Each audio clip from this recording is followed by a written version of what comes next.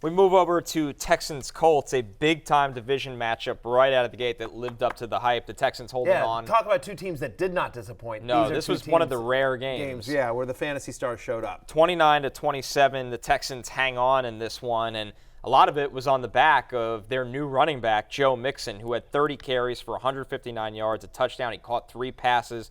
We got to hear from Mixon after the game, a veteran that thinks he could reach a completely new level this year.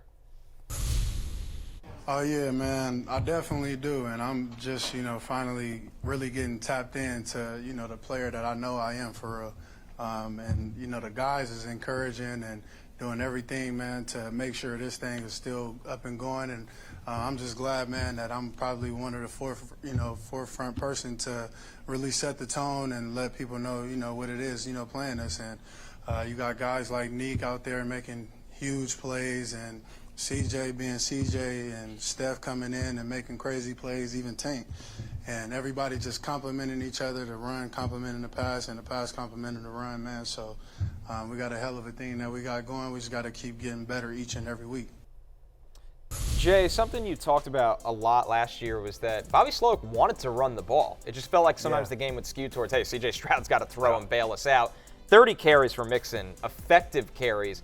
This is the balance the Texans offense wants. Yeah, this is how they want to play. And I think, to me, what stands out most from this game, like even beyond the individual player stat lines, Texans had the ball for 40 minutes. Wow. Yeah. NFL game is only 60 minutes. That's insane. They ran 76 total plays. They picked up 26 first downs. They were just on the field constantly. They just have, and you've spoken about this, Matthew, all preseason about like, what poison are you going to pick? Like, are you going to leave Stefon Diggs and Nico Collins and take Dell open, or are you going to let Joe Mixon eat a little bit on the ground? I think that's the poison that the Colts chose. And look, the Colts almost won the game. Like, it didn't go that poorly for them, but I mean, Joe Mixon's going to have a massive year. Like, he was so unsexy in the preseason. There's every chance that he's a top 5 running back. We talked about this all preseason about how, hey, this is cheap volume. It is, no one's going to be excited. No one's going to be like, ooh, Joe Mixon when you draft him, and yet all he's going to do is get a ton of work on one of the best offenses in the NFL. And you're correct, exactly. Like, if you're a defensive coordinator, you're like, I either load the box, and then I've either got Diggs, Tank Dell, or Nico Collins in single coverage, or I'm going to play back and whatever. And then there's going to be open running lanes for Joe Mixon. That's what happened. They took what the defense gave them as well. And look at their upcoming schedule here. Home to the Bears that just got, that gave up a lot of yards to Tony Pollard. At Minnesota, right? I don't think that's a run defense that scares you. Home to Jacksonville, right? That just let let a game get away from them against Miami. 100%. And then they're home to Buffalo, which just let James Conner run all over them. There's not the Texans are going to have a very good offensive year, and Joe Mixon, as long as he stays healthy, is absolutely an RB1 as well. I don't know that he gets 33 touches for 159 yards every single week, but the fact is that, to your point, they want to be more balanced on offense. It was one of the reasons why we were slightly down on C.J. Stroud in the preseason, obviously in a monster game here. C.J. Stroud was on the love list, as was Joe Mixon this week, so good week for the love list this week. But I do think that ultimately Mixon's workload is secure, his talent secure, and the offense is going to be one of the best in the NFL. Yep. My concern with the Texans from a fantasy perspective would be that they had the ball for 40 minutes, and here's how many targets their wide receivers got. Nico Collins, 8, Tank Dell, 7, Stefon Diggs, 6. One, that speaks to how kind of closely those guys might be clustered. And look, Nico Collins has the big 55-yarder, Diggs gets the 2 touchdowns, so those are the guys that we focus on. Yeah. I think week by week, it's going to be extremely variable, and there are going to be weeks where they just really hyper-focus on running the ball. Yeah, I think so too, but to the point, again, it's 1 week. All these guys are good enough. This offense is good enough. That scores enough. Stroud is good enough. I think all 3 of these guys are every week starters. Okay, yes. Did you get what you wanted out of Tank Dell? 3 for 40? No. But, if Tank Dell's getting 7 targets in a game from C.J. Stroud, more often than not, that's going to pay off. And you're not going to be able to predict, this is going to be a Stefon Diggs game. This is going to be a Tank Dell game. No, you just ride it out. And I think all 3 are talented enough and going to be in scoring position enough that I think if you invested in the Texans offense this offseason, you feel really good this morning.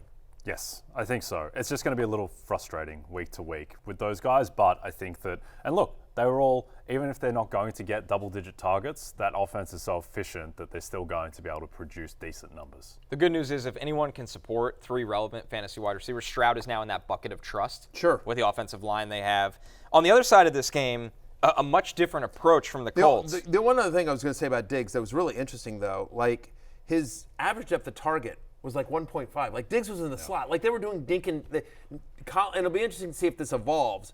But like Collins and Dell were the guys that were sending deep, and Diggs was the guy that they were using all the short stuff for.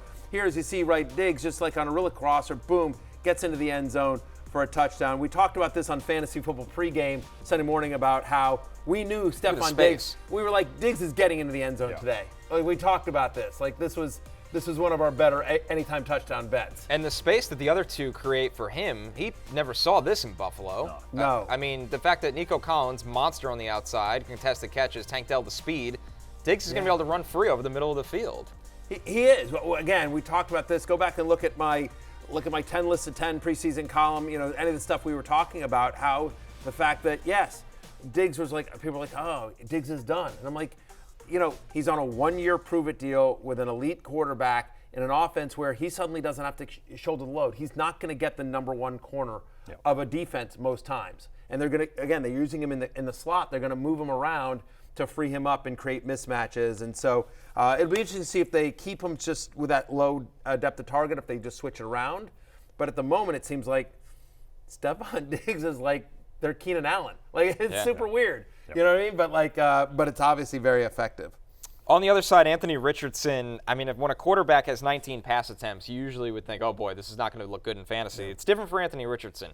He completes 9 of them. It doesn't matter. Over 200 yards passing, 2 of them are touchdowns. One of them, undoubtedly the best throw of week 1. I mean, truly this rare air, this throw. This is it if you're watching. Like, just in a phone booth and just chucks it more than half the field in the bucket. Yeah, to Alec Pierce. To Alec Pierce, of all people. As we all described.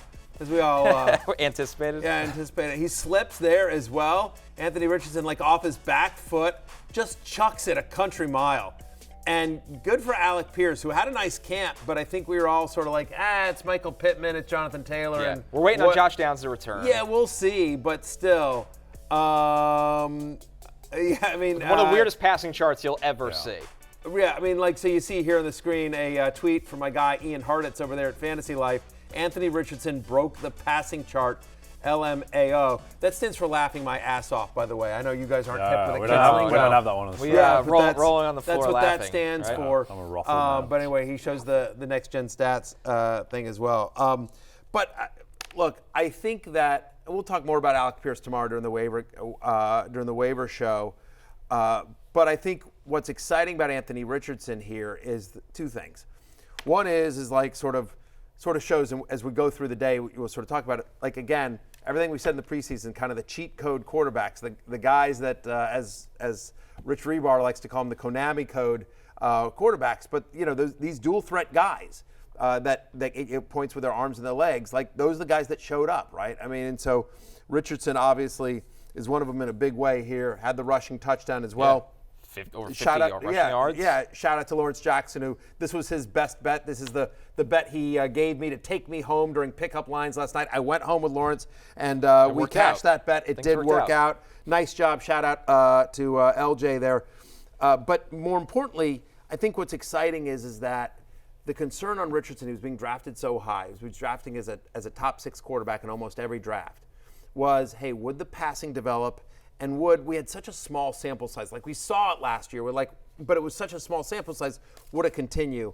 And against a good defensive team that knows him, this is a playoff team. The Texans were a playoff team last year. They won a playoff game. Defensive head coach. A defensive head coach.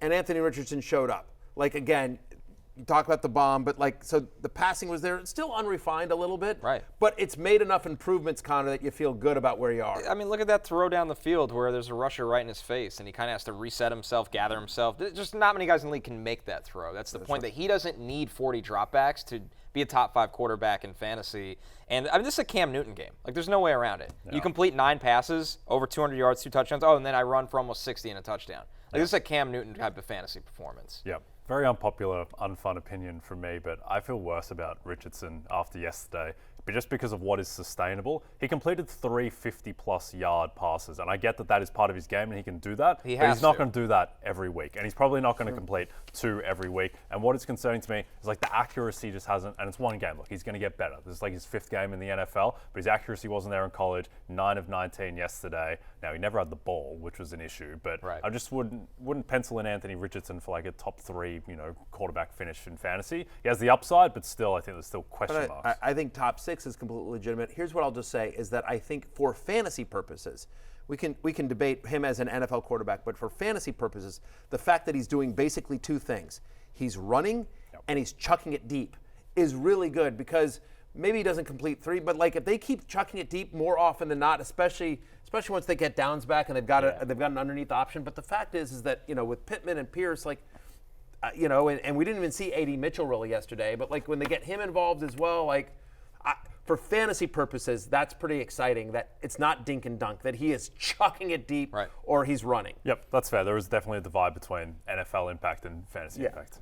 Hey, it's Matthew Berry from NBCSports.com and Rotoworld.com, and I want to thank you so much for watching whatever it is you just watched, or if nothing else, being too lazy to click out of the autoplay after this video started, after whatever it is you actually wanted to watch finished.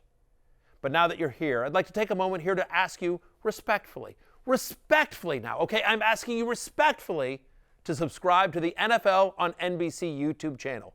You'll get the latest Roto-World fantasy news headlines, all sorts of great shows, including my own Fantasy Football Happy Hour. So go subscribe now. Again, I'm asking respectfully.